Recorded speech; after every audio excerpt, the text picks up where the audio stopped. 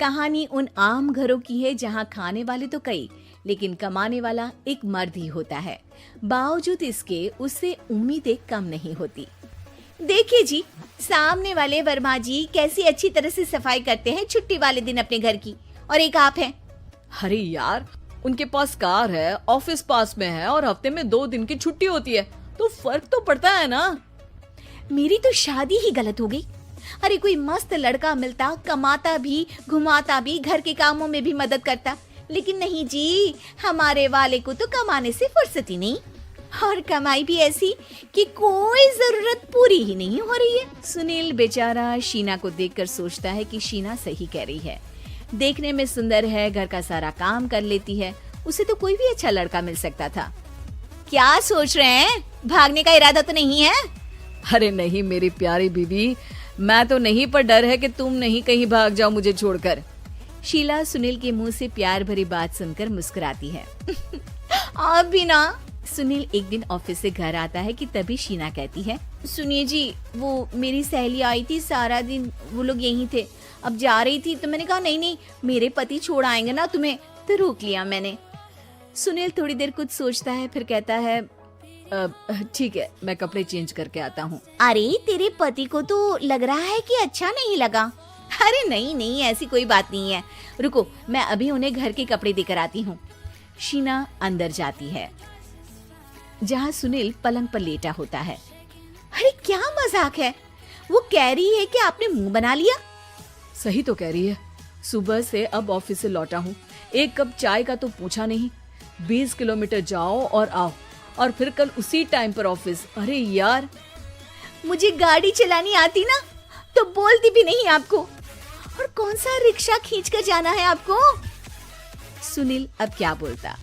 रात देर से आता है और सो जाता है। अगले दिन शरीर दर्द हो रहा है।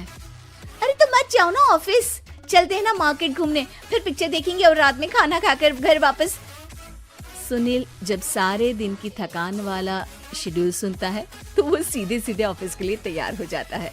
अब आए दिन शीना की डिमांड बढ़ती ही चली जाती है और सुनील उसको पूरा भी करता। लेकिन एक दिन, ए जी, मेरा भाई आ रहा है, उसे 2 लाख रुपए की जरूरत है। हाँ तो मैं क्या करूँ शीना, मेरे पास इतने रुपए नहीं है। हाँ हाँ पता है नहीं है, लेकिन किसी से लेकर तो दे सकते हो ना। अरे मैं किससे मांगू, मेरे तो जानने में भी कोई नहीं है जिसके पास इतनी बड़ी रकम हो। तभी वहाँ शीना का भाई शीनू आ जाता है। जीजा जी कैसे हैं आप? अब मैं ठीक हूँ शीनू, अचानक इतनी बड़ी रकम की जरूरत कैसे पड़ गई? अरे जीजा जी, वो बिजनेस शुरू किया ना, तो उसके लिए पैसे की जरूरत है, काफी हो चुका है, थोड़ा पैसा बचता है तो मैंने सोचा आपसे ले लूं। अब देखो, मेरे ऑफिस में कुछ लोग हैं जिनकी सेविंग अच्छी है, मैं उन लोगों से बात करके देखता हूँ। सुनील ऑफिस से किसी से पैसे लेकर शीना को दे देता है। शीना वो पैसा भाई को दे देती है। 2 महीने बाद, अरे यार शीना, वो ऑफिस वाला आदमी अपने पैसे मांग रहा है, कैसे दूं? अपने भाई से बोलो ना पैसे दे दे। अरे हाँ हाँ दे देगा, कहाँ भागा जा रहा है, आप उनको बोल दो कि दे देंगे। थोड़े दिन बाद, शीना, वो आदमी मुझसे आज भी पैसे मांग रहा था यार, मैं तंग आ गया हूँ, ऑफिस जाते ही सामने उसका चेहरा दिखता है, क्या बोलूं, बार बार पैसे मांगता है। अच्छा मैं शीनू को फोन लगाती हूँ, बात करके देखती हूँ। शीना भाई को फोन करती है, लेकिन वो फोन उठाता ही नहीं। लगता है भाई कहीं ऐसी जगह है जहाँ नेटवर्क की समस्या होगी। सुनील अगले दिन दोपहर को ही घर आ जाता है। उसका चेहरा उतरा और परेशान सा होता है। वो रोने लगता है। अरे क्या हुआ जी, आप इतना परेशान क्यों हैं? सब ठीक तो है ना? अरे नहीं शीना, कुछ ठीक नहीं है, मैं ठीक नहीं हूँ। तुम्हारे भाई के लिए मैंने जो पैसे लिए थे, उस आदमी ने आज भरे ऑफिस में सबके सामने मेरी बेइज्जती कर दी। सबके सामने आज मैं कर्जदार बनकर खड़ा था। मैंने हर वो प्रयास किया घर चलाने के लिए जो मैं कर सकता था, लेकिन अब नहीं होगा। वो फिर रोने लगता है। अरे आप तो औरतों की तरह रो रहे हैं, मर्द हैं आप। क्यों, आदमी के सीने में दिल नहीं होता, या फिर वो इंसान नहीं मशीन होता है?